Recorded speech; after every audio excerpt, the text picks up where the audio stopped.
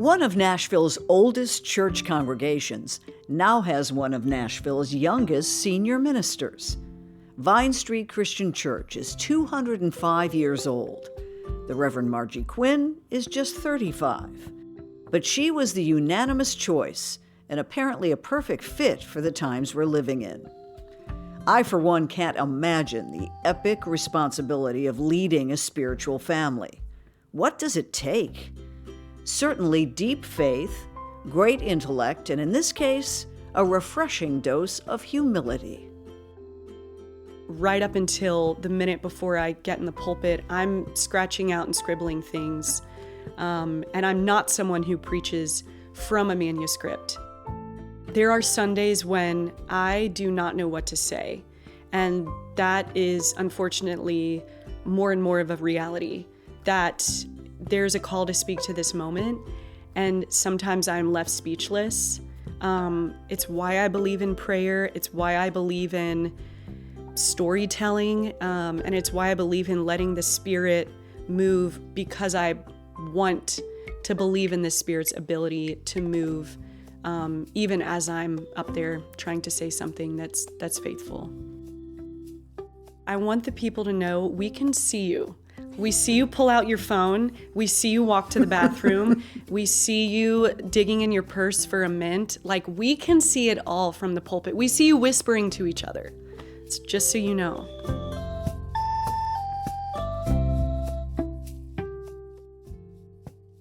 I'm Demetria Kaladimos. It's Banner and Company.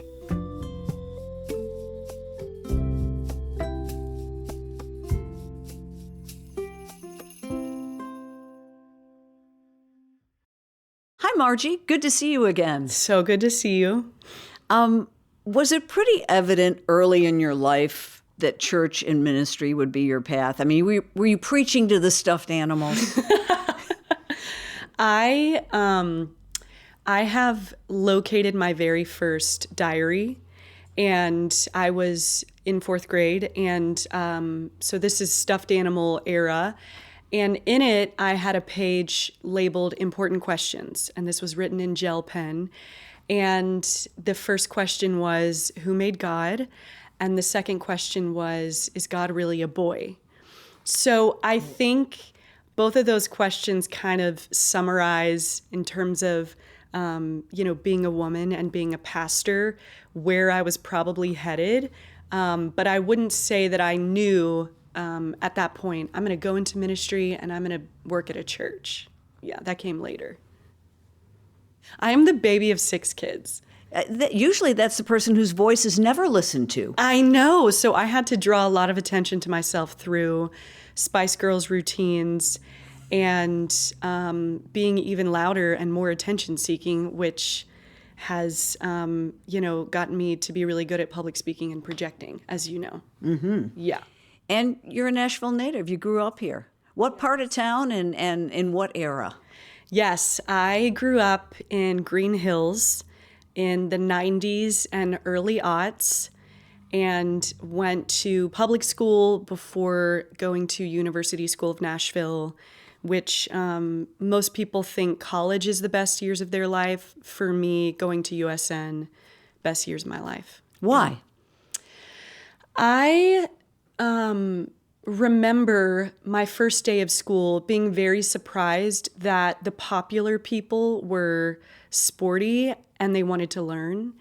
And it was a place where people could fly their freak flags, that me being interested in musical theater and mock trial didn't make me nerdy. It was something that was really celebrated there. I hadn't really spent time with Jewish people. USN has a very strong Jewish population, so all of that is the answer. So school itself was a learning experience. The actual school was a learning experience, and then it's pretty academically rigorous, which made the actual learning a learning experience. Yeah. Was that switch from public to private tough? It wasn't tough. I think that, again, I didn't realize that I could be in classrooms with students who were pretty eager and interested in learning and in the material. And that switch for me was really illuminating pretty much the first week that I went to school there. Yeah. So growing up in this city of churches, Yes. what did you know of Vine Street Christian Church, where you now lead? Right. So I grew up at Woodmont Christian Church, which is also a Disciples of Christ church, my denomination. And so we would go to summer camps with each other. Sometimes we would have joint youth groups. I knew the senior minister was a pretty cerebral German guy named Thomas Kleinert, but I had no sense that I would ever, that was just not on my radar as a possibility of a church home, nor somewhere where I would be employed. Yeah, not at all. Disciples of Christ, put it on the spectrum for us. There are so many different denominations. I know. We are a denomination that doesn't want to be a denomination. One of the first fights is that we wanted to be called just the Christian church, and others wanted to just be called Disciples of Christ. So our technical name is the Christian Church, Disciples of Christ. In the spectrum of sort of more conservative and orthodox to, let's say, Unitarian Universalists, we are closer to our UU siblings, but we still very much worship and believe in the person of Jesus. We have communion every week. We have believers' baptism. So it's kind of a low church feel, but we still hold, some of that Christian tradition and roots. Yeah.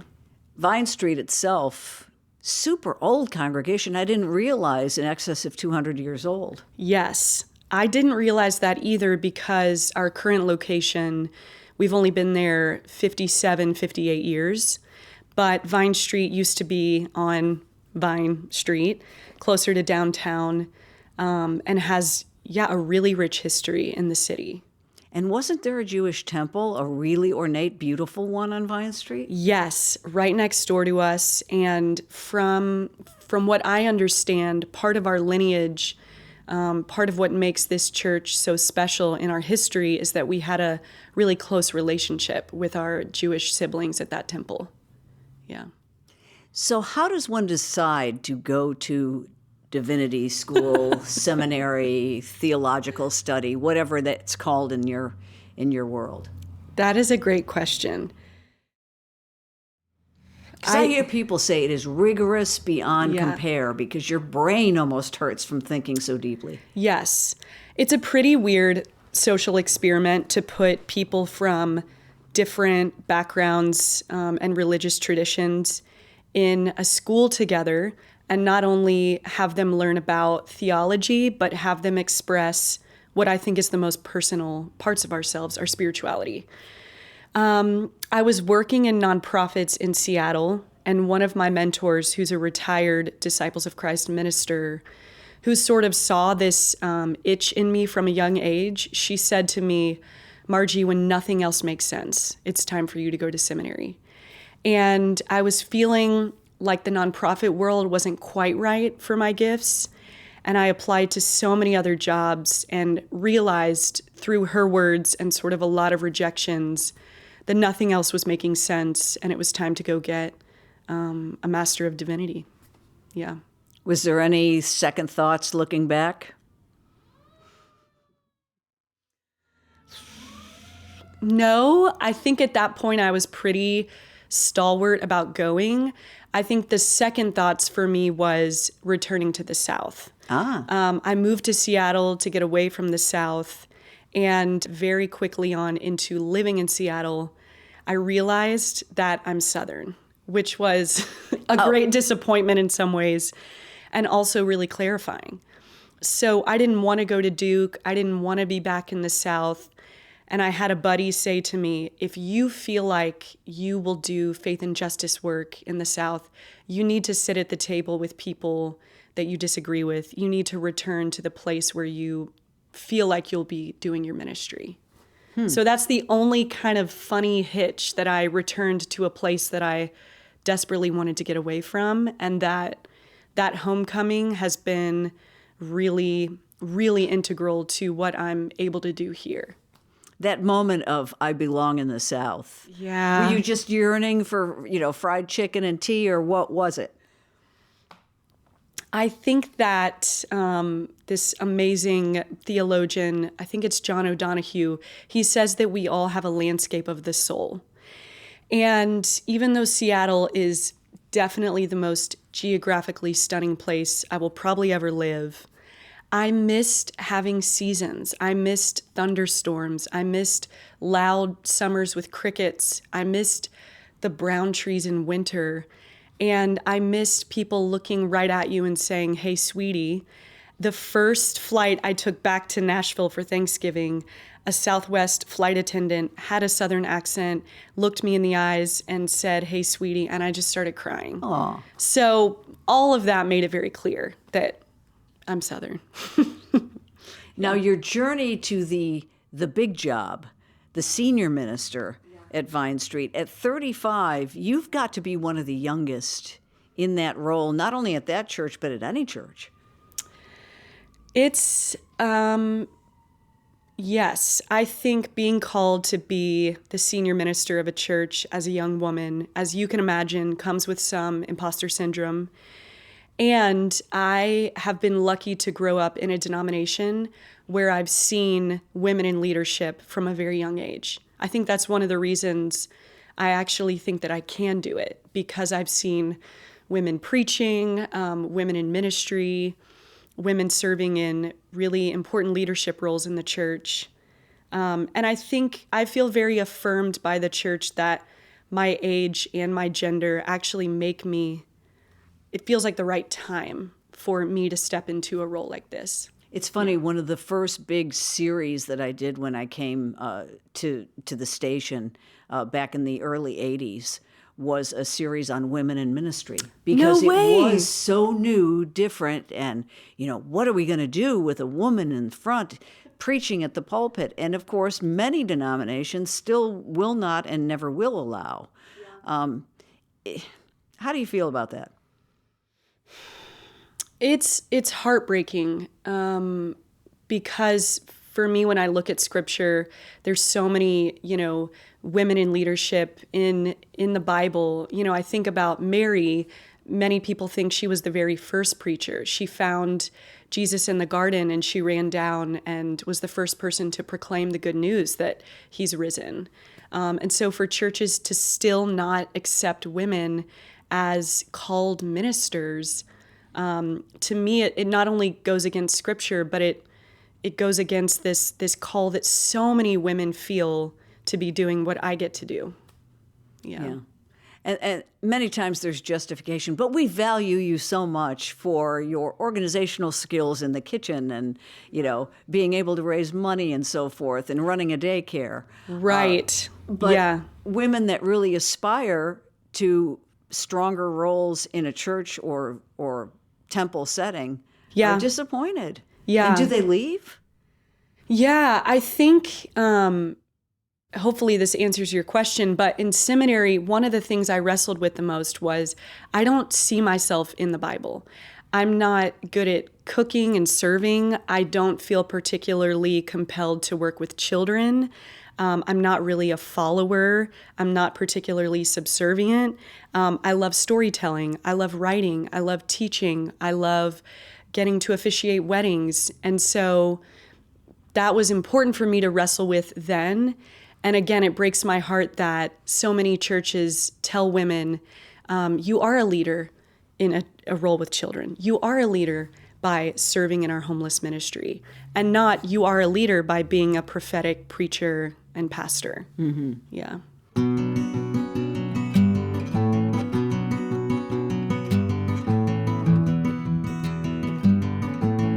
It's Banner and Company. I'm Demetria Kaladimos. We'll be right back.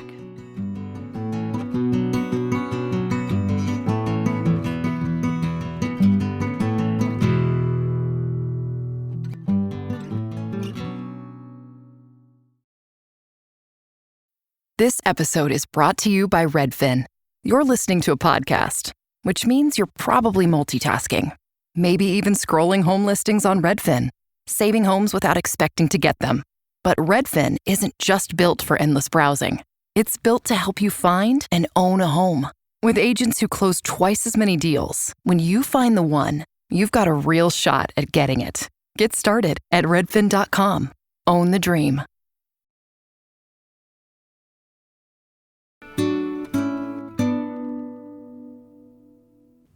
So many troubles in the world. I mean, as we're sitting here today, we are in another war. Politically, the divide is unbelievable. There's no lack of things to preach about. Do you feel compelled to bring a good news message or a tell it like it is message? Or how do you weigh that? Because some people, I think, want to sit in congregation and feel better about their world, but other people want realism. Yeah.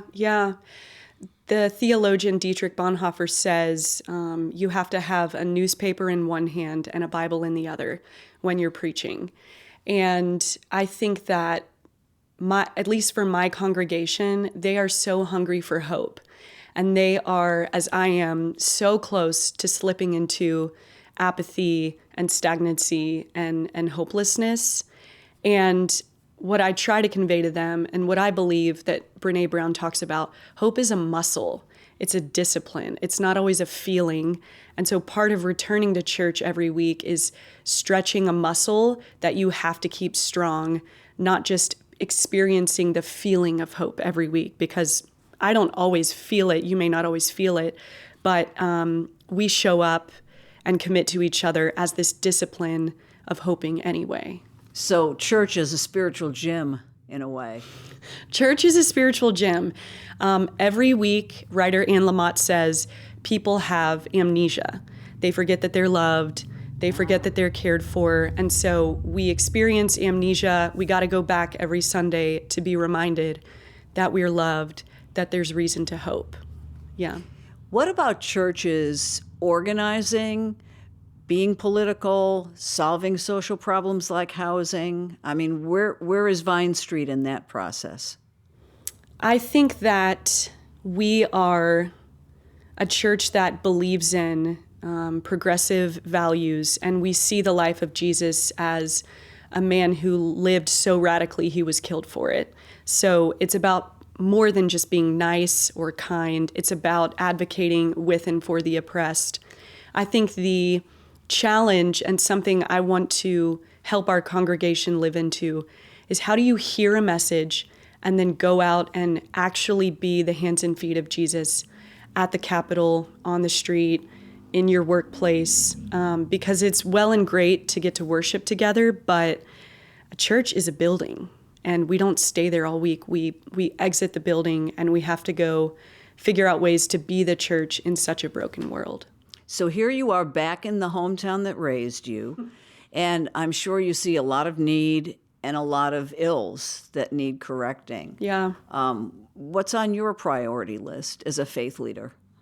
Yeah, I think that we are seeing new faces at Vine Street, and as I sit down and have coffee with our new members, I am overwhelmed by how many of them come from experiences of church hurt.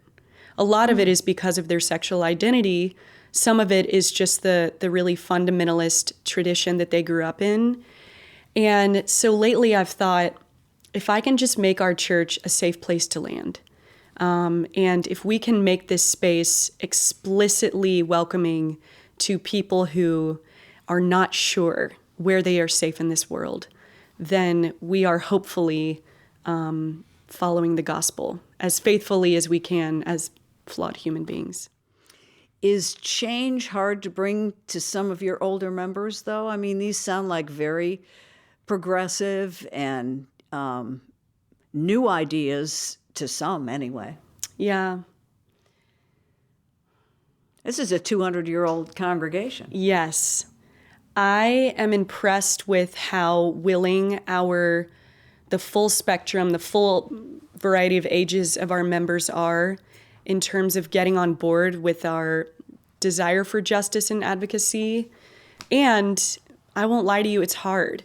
I think that I, outside of church, live in an echo chamber with friends who are around my age, share my political values. But when I step into this community, it is frustrating, it is life-saving to walk alongside a community of people who do not all think the same way. It would be easier to give up on an intergenerational community of people who have different viewpoints, but my life wouldn't be as rich as it is. And we have to bring people along. And as activist Ruby Sales says, never give up on anybody. Yeah. What brings people back into the doors?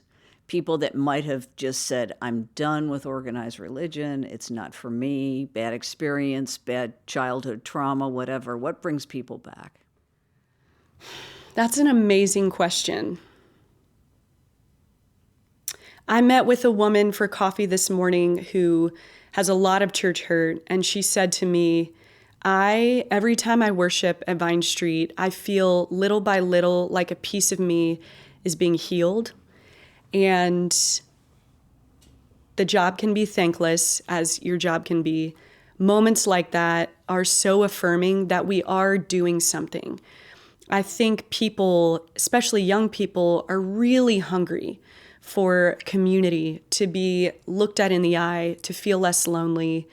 And perhaps they're finding that desire for spirituality again, and for people who gather week by week to be reminded that we will disappoint each other, we will surprise each other, and we will do our best to love each other.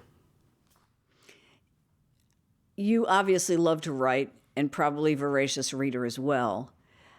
Do you ever get writer's block when you're preparing a message for Sunday? I mean, I cannot even imagine a minister pulling an all-nighter on Saturday because you've got something important to say on Sunday. I have colleagues who finish their sermons Wednesday morning, it's done, the manuscript is written. Typed nicely, yeah. Typed 12 font Times New Roman. I am not one of those people. There are Sundays when I do not know what to say. And that is unfortunately more and more of a reality, that there's a call to speak to this moment. And sometimes I'm left speechless.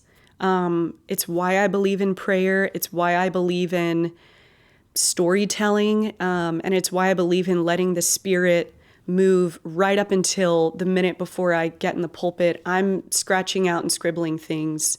And I'm not someone who preaches from a manuscript, because I want to believe in the Spirit's ability to move, even as I'm up there trying to say something that's faithful.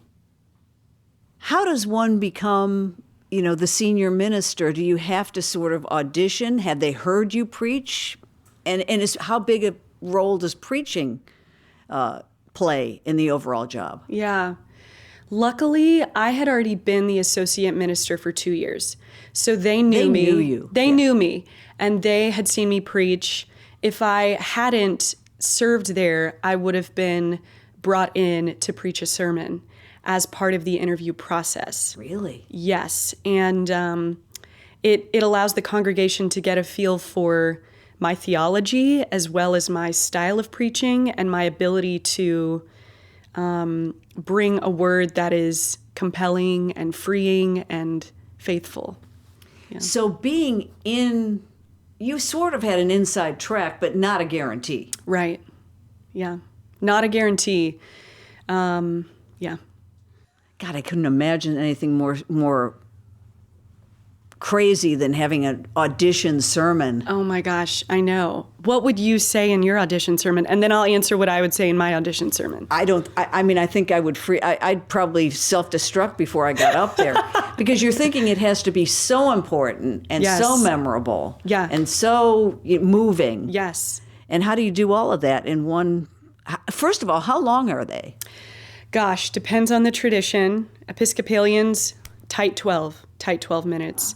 The Black church tradition or more non-denominational traditions, you can go on and on.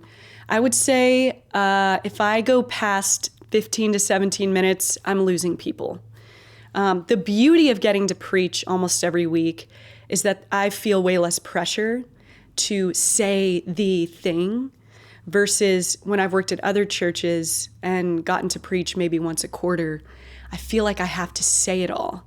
And you really don't when it becomes a weekly practice. You can, the congregation hopefully trusts me enough to know, she's walking with us. She doesn't have to give the big thing every Sunday. You know you're losing people because you see them dozing off, or are they just in silent prayer with their eyes closed? To toot my horn, I think preaching is my biggest gift as a pastor.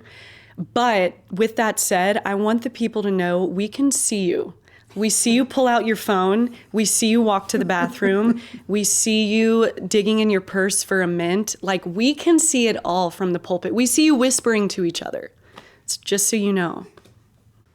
My audition sermon, if I were to give one,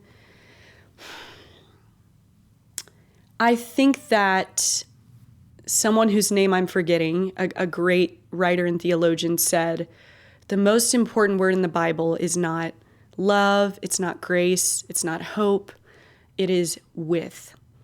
I think the entire summary of Jesus and God made flesh in Jesus can be encapsulated by the word with. All he did, or a lot of what he did, was just be with people that nobody else wanted to spend time with or heal or touch or talk to. And I think my life's work, our life's work, for those of us who are Christians, is to be Jesus, who was Emmanuel, which means God with us. What about this ecumenical spirit of, I would imagine you're open to learning and listening across the board in the faith world. Does it surprise you that people say, I don't want to hear anything from the Quran. I don't want to hear anything from the Torah. I'm King James Version. I'm Bible all the way. I mean, it is. It's embarrassing to be a Christian right now. I feel a little bit uncomfortable when I tell people what I do because of what is happening in the name of Jesus right now. And unfortunately, a lot of that is xenophobia. A lot of that is prejudice toward other faith traditions. There are so many words for the same thing. There's so many truths that point to the same thing. It's such a loss to me that Christians don't see the benefit of learning from other traditions. They're so rich. So much of our heritage comes from the Jewish tradition. It's linked to who we are and the texts that we also read. So it's a great sadness for me that the Christian faith has become so warped. And I think it's part of my role as a progressive Christian in the South to say there's a different way to be a Christian, and come and see what that is at Vine Street.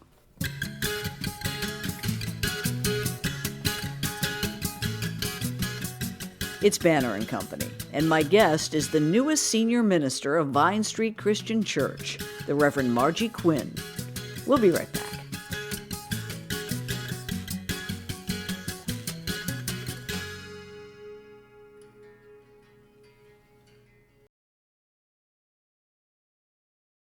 Are your family members of your congregation? My mom joined in the fall. Yeah, and I was just on the phone with her before this, asking her, I was like, I think you would be a great deacon.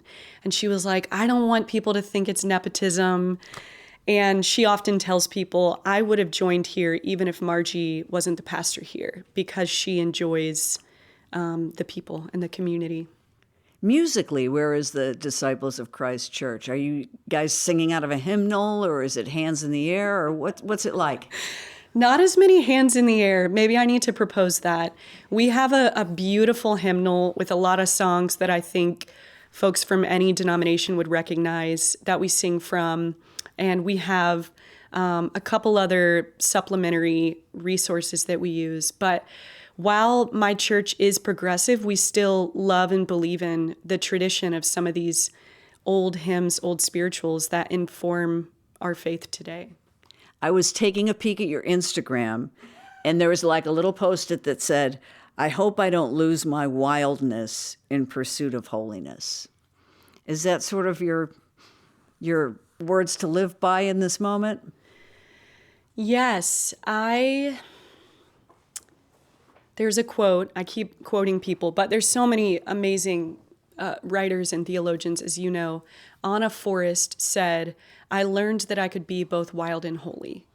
And what I hope doesn't happen in this new role is that I shrink or assimilate or become more rigid and try to be this, holy person that people revere. I think I met with a woman who said, they called you. They know who you are. They know that you're quirky and they called you anyway. And so that wild self is actually very much linked to holiness. So I don't want to lose that. And this is this is a relatively new position. Didn't you get ordained or named in like December? Yes, they voted in December, and then I was installed, which is kind of a funny word, 2 weeks ago.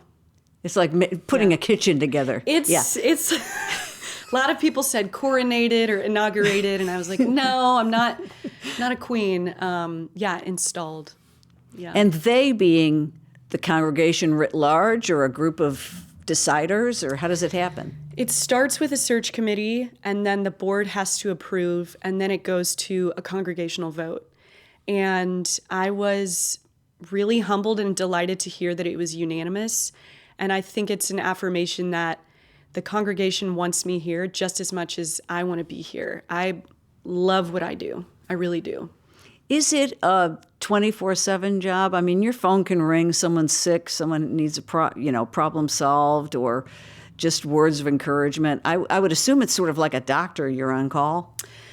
You're on call. A friend of mine said, "Oh, you're kind of like a therapist." And I said, "But you get to ignore your therapist in the grocery store if you want." And unless I wear a hat and a wig, that's not happening. That's a boundary I am trying to figure out, as many pastors are. It's not just an office phone. It's not just email. People have your cell phone number, and there could be, like you said, a death, a birth, a sickness, someone who's lonely and just wants to text. And I think my life's work will be, how do you set a boundary? And then how do you also understand that this is an odd and wondrous calling that you have to live into? Yeah, and how do you make time for ultimate Frisbee? Oh my gosh. Which a little bird told me is your sport of choice. For those who don't know, Nashville has a semi-professional women's team. Really? Called the Nashville Nightshade, which would also be a cool thing to learn more about and maybe get on the podcast. I could not do what I do without a physical outlet. Yeah. And I went to a high school in Nashville that has a really strong ultimate Frisbee program. We don't have football, we have Frisbee. And since high school, it is the way that I'm able to do work that is very emotionally and spiritually taxing. And so, yeah, I'm on a travel team. I've played for the semi-pro team. We make $40 a game, so that's my side hustle. And my church has been really supportive of it as the thing I do outside of work. Okay, I know zero about the game. Do you have like a set position? Are you a, front man or goalie or something? It's kind of like Quidditch. They're funny words. I am a handler. Okay. Which is sort of like, there's 2 to 3 quarterbacks or handlers on the field, and I am one of those quarterbacks, if you will. So are you capable of doing the beautiful move of like catching it behind your back or are those the acrobatic Frisbee people? I am not, I am a young woman at 35 and I'm on the older end for the sport. So I don't do anything fancy anymore. I just run around, I catch the Frisbee, I throw it 2 feet on the ground is where I like to stay. Mm-hmm. And how is the Nashville lampshade doing? The Nashville lampshade, Nashville nightshade. Nightshade, lampshade. I love that. No, though. Lampshade would be the installation. Yeah, maybe we put that. Their season has not yet started. I think their first game is next month. And my new role I had to step back from playing for the Nightshade, but I'm a full supporter. I will be at the home games. Everybody go look them up. They're incredible women athletes. And is this done on a field of play? Or? This is done on a field. This is 7 people versus 7 people, full field. It's so much running around, more than I think people realize. Sort of like soccer. You're basically sprinting, the whole time. Are there injuries? Big injuries, also similar to soccer, a ton of ACL injuries in men and women. Yeah. I'm going to knock on wood. Yeah, definitely. Yeah. And your dog is named Joe March? My dog. I love that. My dog is named Joe March. I love that book. I love that movie. And she is a church dog. So, I have learned that dogs make people nicer. And when she's in my office, I am nicer. I think other people might be too. No, in all seriousness, she's been a huge addition to my life and really does, I think, act as an emotional support dog for members of the congregation who have lost pets or want someone to pet while they're talking to me about hard things. And it's really special that she gets to come to church. What breed is she? Yeah. She's a boxer. Oh. She's a full-bred boxer. So she's 2, but I think she will be a puppy for many more years is what I've heard. Yeah, unfortunately. See, when I pictured Joe March, I pictured, a flowing Afghan or maybe a very rough and tumble kind of Joe Marchy. I know. She's not refined at all. She's what I call ugly cute. And if you have a pug or a pit bull or a boxer, you know what I'm talking about. Oh, listen, I have Cornish Rex cats. Say no more. I don't even know. What's a Cornish Rex cat? Well, they look sort of like alien beings. Like little gremlins. Very big noses, very big ears, but just the best. I love that. Ugly cute. Yes, ugly cute.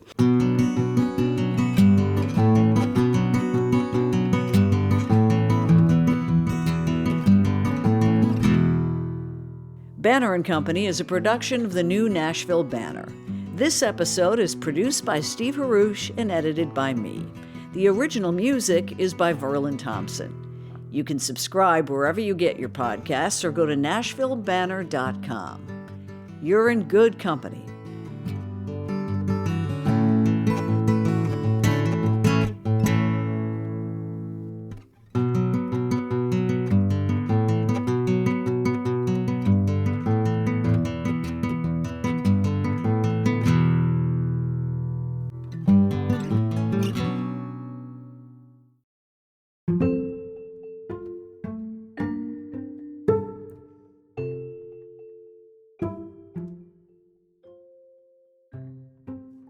Our last question on the podcast is in the fishbowl. I was wondering. Yes, and it is your choice. Okay. Do you know what these are? Did you write them? They've been asked by previous guests. No way. Yeah. Okay. From Andre LaQuire. I hope I'm saying that right. If you were mayor, oh Lord. What's one thing you would do if you had total freedom to do that one thing? Gosh, it feels too trite to say public transit, so I'm going to say, and this is contentious, but I love the McCabe Greenway. There's a beautiful golf course, 27 holes. If I'm mayor, and I don't even know if this is what mayors do, I'm getting rid of 9 of those holes to have a dog park. And that is obviously very self-serving, but I've thought about that a lot, and there's so many people with dogs around Sylvan Park who I think would be thrilled that me as mayor did that. All right. Are you listening, Freddie? Yeah. Install me, Freddie. Install me.